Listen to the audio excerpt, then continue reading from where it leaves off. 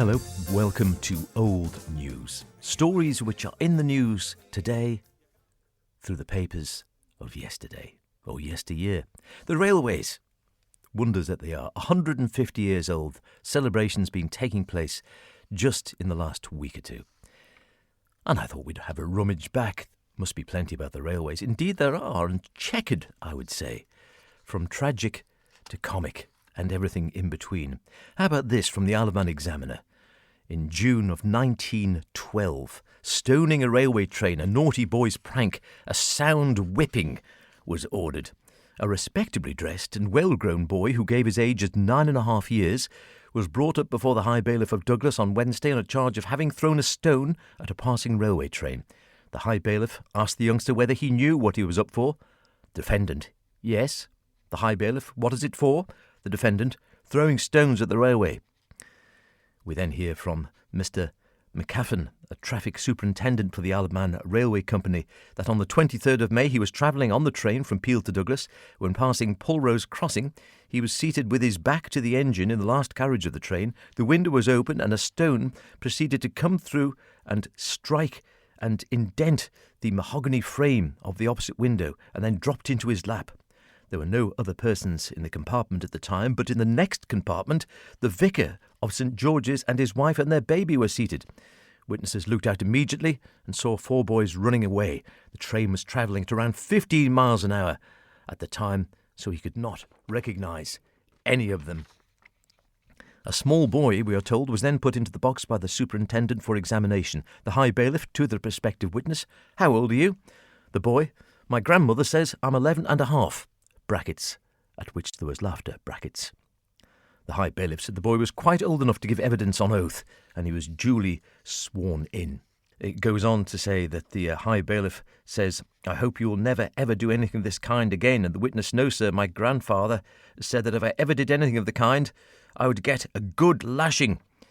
To which the High Bailiff says, yes, you would deserve that if that was the case. He was going to be whipped for this misdemeanour. He said it was a very serious matter, the High Bailiff. There was a baby in the next carriage which might have been injured. He was going to have the defendant whipped downstairs for this. To which his mother said, yes, I think that will do him good. The High Bailiff said, yes, I hope it will. You'll be well whipped, and I hope you will remember it. You may play to your heart's content, but a dangerous thing like this you must not do. You'll now go downstairs to be well whipped. The boy received the announcement of his punishment with apparent indifference. In the Examiner of the 13th of November 1909, we hear that a railway train was fired upon at around 9 o'clock on Friday night of last week. The train from Douglas to Ramsey was passing a spot about a mile south of Ballaugh when a shot was fired on the train from the shore side of the line.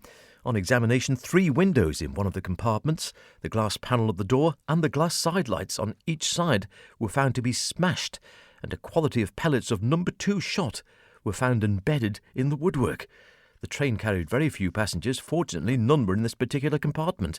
It was exceedingly dark at the time, and up to the present, nothing is known as to the perpetrator. Friday was Gunpowder Plot commemoration, and it's quite likely that a boy or boys who had been taking part in some of the noisy and dangerous celebrations foolishly fired at the train as it was passing.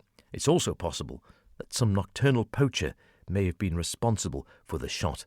The police have the matter in hand, we are told. In the Isle of Man Times of December the 19th, 1942, an elderly man is reported to have died, killed by a railway train. Around 4:30 p.m. on Monday, a party of workmen employed by the Highways Board on the Dew River drainage scheme were standing at the Rennie railway crossing near Greba, waiting for the train to pick them up and take them back to Douglas. A train came along and they ran towards it, but it was not the train they expected and did not stop. One of them, William Cageen, was struck by it and sustained injuries to the head, from which he died shortly after the admission to Noble's Hospital. Mr. Cageen was 67 years old. In Brighton news, the holiday news of August the 27th, 1957. As a season-ending attraction, we are told the Isle of Man Railway Company has reduced the popular runabout ticket from 12 shillings to 10 shillings. This ticket enables holders to visit many of the island's attractions in a convenient and economical way. And the article goes on to tell us one of the many delightful spots and places of historical interest to which the steam railway gives access is Glen Willen Pleasure Grounds on the western shore of the island, which, at that time at least, has a motorboating lake, children's playgrounds and many sports, as well as being a natural glen.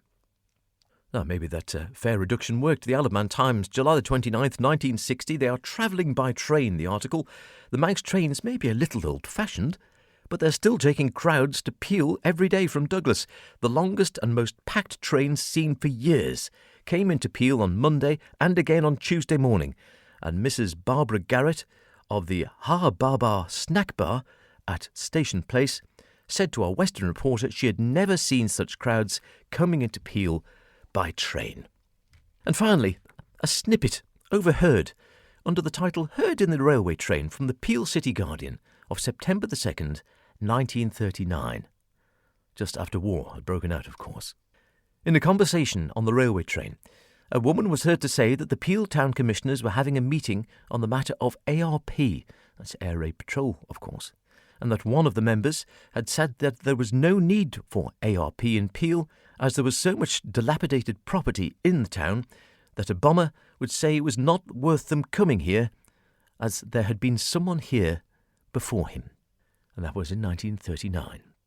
Grumbles never change, it seems. Like the news, it's all the same.